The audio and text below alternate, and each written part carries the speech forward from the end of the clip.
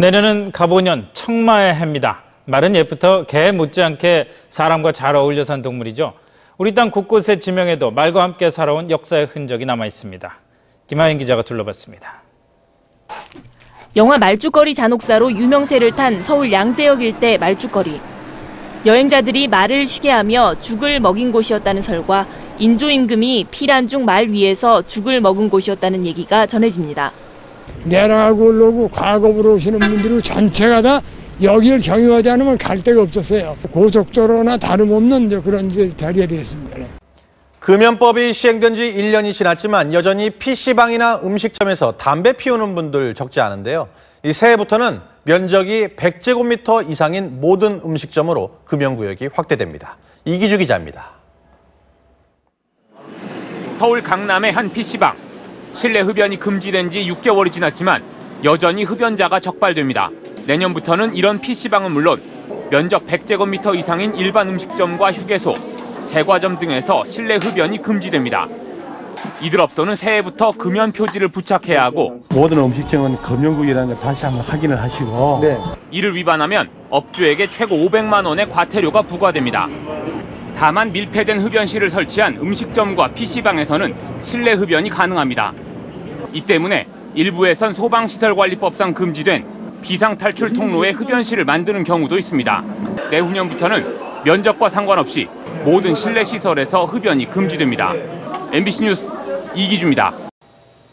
여전히 헷갈리는 이 새 주소 체계 자체도 문제지만 이 새 주소를 기록한 새 표지판도 지난 2년 동안 꾸준히 바꿔왔는데 여전히 문제가 적지 않습니다. 최재영 기자입니다. 10년 경력의 퀵서비스 기사입니다. 서울 시내지는 다 알아요. 서울 관악구 쑥고갯길의 주소지를 찾아가 봤습니다. 골목길에 들어선 뒤 갈림길이 나왔는데 표지판이 없습니다. 번호들이 눈에 잘 안 띄네. 일단 앞으로 가보지만 또 나온 갈림길에서도 역시 표지판은 보이지 않습니다. 안 보이니까 그걸 일일이 보려니까 눈도 필요하고 좀 찾기가 조금 힘드네요. 보이는 표지판도 위치가 잘못된 곳이 태반입니다. 가로수에 가려 있거나 여름에 녹음이 졌을 때는 전혀 보이질 않습니다. 복잡한 전깃줄 뒤에 감춰져 있습니다. 아예 안 보입니다. 저거에 가려져서. 현재 설치 규정인 5m 높이도 높은데 실제는 훨씬 더 높이 달려 있습니다. 너무 높아서 걷거나 차를 탄 상태에선 잘 안 보입니다. 그런데 서울의 한 주택가에 있는 이 도로명 주소 표지판은 좀 다릅니다. 일단 사람 눈높이에 있기 때문에 이렇게 보기가 굉장히 편하고 이 골목으로 들어가면 17-1번부터 24번까지가 있다는 것을 확실히 알 수 있습니다. 따로 받침대를 세우지 않고 건물벽에 붙이는 이 벽면형 표지판은 비용도 저렴해 골목 구석구석에 설치할 수 있습니다. 안전행정부는 골목길과 이면도로마다 벽면형 표지판을 추가로 설치하도록 전국 지자체에 공고했습니다. SBS 최재영입니다.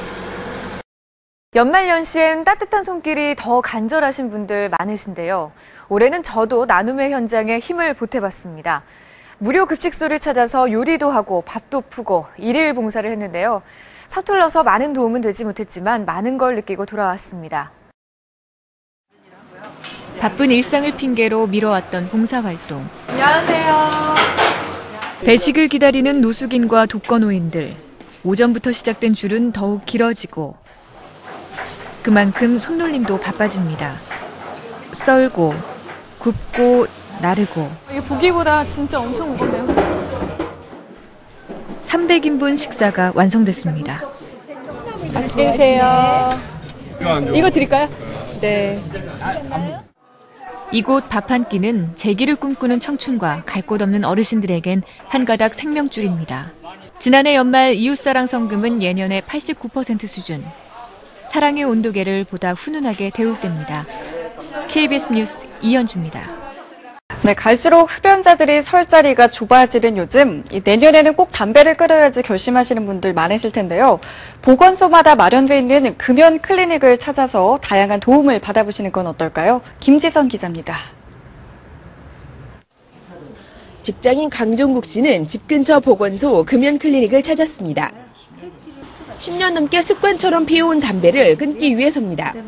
금연 클리닉에서는 개개인에게 맞는 맞춤형 처방과 함께 6개월 동안 꾸준한 관리를 통해 금연 의지가 흔들리지 않도록 도와줍니다. 상담 기록지에는 본인의 흡연량, 흡연 기간, 어떤 질병 이런 것들이 다 기록을 하게 돼 있거든요. 그래서 그거에 근거해서 저희가 상담이 이루어지고요. 상담을 통해서 본인한테 맞는 방법을 저희가 이제 금연 보조제라든가 금연을 결심했다면 일단 주위 사람에게 널리 알려 협조를 구하고 회식이나 저녁 모임 자리에는 당분간 참석하지 않는 것이 바람직합니다. 흡연 욕구가 강한 경우 니코틴 의존도도 높기 때문에 약물을 통한 금연 보조요법이 더 효과적일 수 있습니다. 뉴스와의 김지선입니다. 서초구가 지난 2일 시무식을 갖고 2014년 새해 업무를 시작했습니다.